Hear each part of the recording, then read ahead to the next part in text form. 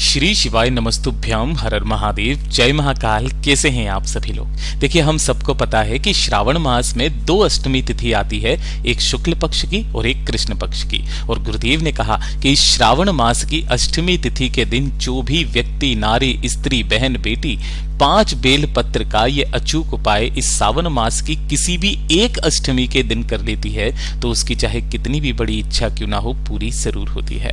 गुरुदेव की कथा से सुनकर के और समझ करके पूरे उपाय को बहुत आसान भाषा में बताऊंगा, परंतु उससे पहले आप सबसे बस एक छोटी सी प्रार्थना। जो लोग पहली बार आए हैं, चैनल को सब्सक्राइब जरूर कीजिएगा और वीडियो को लाइक करके महादेव आदिदेव महादेव का कोई सा भी प्यारा नाम कमेंट बॉक्स में लिखना मत भूलिएगा। गुरुदेव ने कहा कि ये जो श्रावण मास की अष्टमी तिथि पड़ती है, दोनों में से किसी भी एक अष्टमी तिथि के दिन आपको ये वाला उपाय करना ही करना है। लिख करके रख लेना, नोट करके रख लेना। इस अष्टमी को ना कर पाओ तो जो अगली कृष्ण पक्ष की अष्टमी आएगी तब आप कर सकते हैं। तो ध्यान से सुनिएगा, आपको इसके लिए लेना होगा 5 बेलपत्र जो कहीं से भी खंडित कटे फटे ना हो। नहीं मिलते हैं, भोले बाबा की शिवलिंग पर जो चढ़े हैं उन्हें उठा लेना और धो करके काम में ले लेना। साथ ही साथ आपको चाहिए होंगे 5 शमी के पत्ते।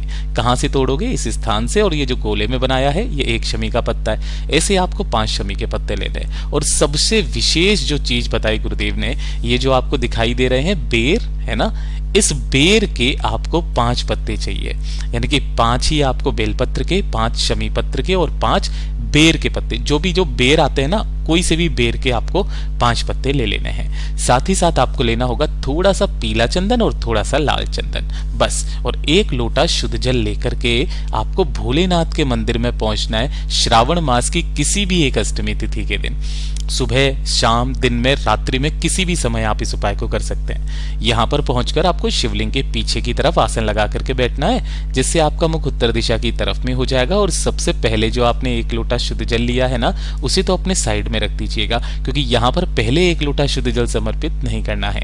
अब ध्यान से सुनिएगा, आपको जो पूजा पाठ अर्चना करनी है वो पहले करना। आपने जो यहाँ पर बेर के पत्ते लिए हैं, जैसे मान लीजिए कि ये आपका एक बेर का पत्ता है, ठीक है, तो इस बेर के पत्ते के ऊपर आपको लाल चंदन से एक अंग का संबोधन बनाना है, एक बिंदी बनानी है, या फिर आप इस पूरे पर भी लाल चंदन लगा सकते हैं। गुरुदेव ने कहा बेर के 5 पत्तों पर आपको लाल चंदन लगाना है, ठीक है। और जो बेलपत्र का है, उस बेलपत्र के 5 पत्तों पर आपको पीला चंदन लगाना है ना, तीनों पत्तियों पर, ऐसे करके तीनों पत्तियों पर। लेकिन ये चीज ध्यान रखना, शमी के पत्ते के ऊपर किसी भी तरीके का कोई चंदन नहीं लगाना है, ठीक है। अब सबसे पहले जो आपने बेर के पत्ते लिए हैं, उस बेर के पत्ते को नाम और गोत्र बोल करके आपको भोलेनाथ के शिवलिंग के ठीक शीर्ष पर पहले लाल जो चंदन के बेल, वो जो पत्ते हैं बेर के, वो समर्पित करना है। उसके पश्चात बेलपत्र यानी कि पीले चंदन वाले बेलपत्र समर्पित कर देने हैं। और उसके जस्ट ऊपर आपको अपनी कामना कह करके जो 5 शमी के पत्ते हैं उन्हें समर्पित कर देना।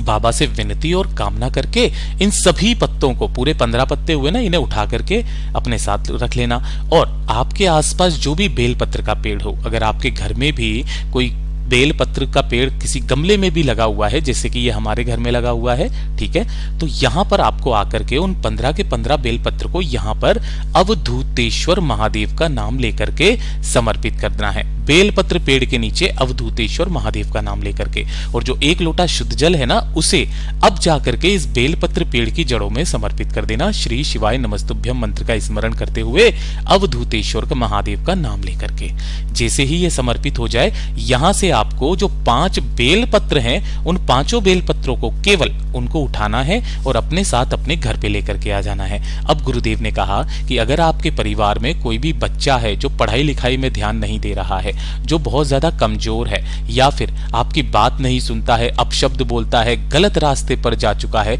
परिवार में कोई व्यक्ति है जो नशा करता है, शराब, सिगरेट, तंबाकू, नशा पर नारी के चक्कर में पड़ चुका है, तो ये जो 5 बेलपत्र है ना, इनका थोड़ा थोड़ा सा भाग, एक दिन ये वाली पत्ती, एक दिन ये वाली पत्ती, एक दिन ये वाली पत्ती, एक दिन ये वाली डंडी, ऐसे करके लगातार 21 दिन तक आपको भोजन के साथ या किसी भी चीज के साथ में मिला करके इन 5 बेलपत्रों को उस व्यक्ति को खिला देना है, उस बच्चे को खिला देना है। 21 दिन के बाद से ही उस व्यक्ति में कितना सुधार आता है आप खुद से देखिएगा। ये वाला उपाय सिर्फ श्रावण मास की अष्टमी तिथि के दिन किया जाता है। दोनों में से किसी भी एक अष्टमी तिथि के दिन दिन आप कर सकते हैं। गुरुदेव का बहुत अद्भुत और अचूक उपाय है, जरूर कीजिएगा। वीडियो पसंद आए तो लाइक करना, चैनल को सब्सक्राइब जरूर कीजिएगा।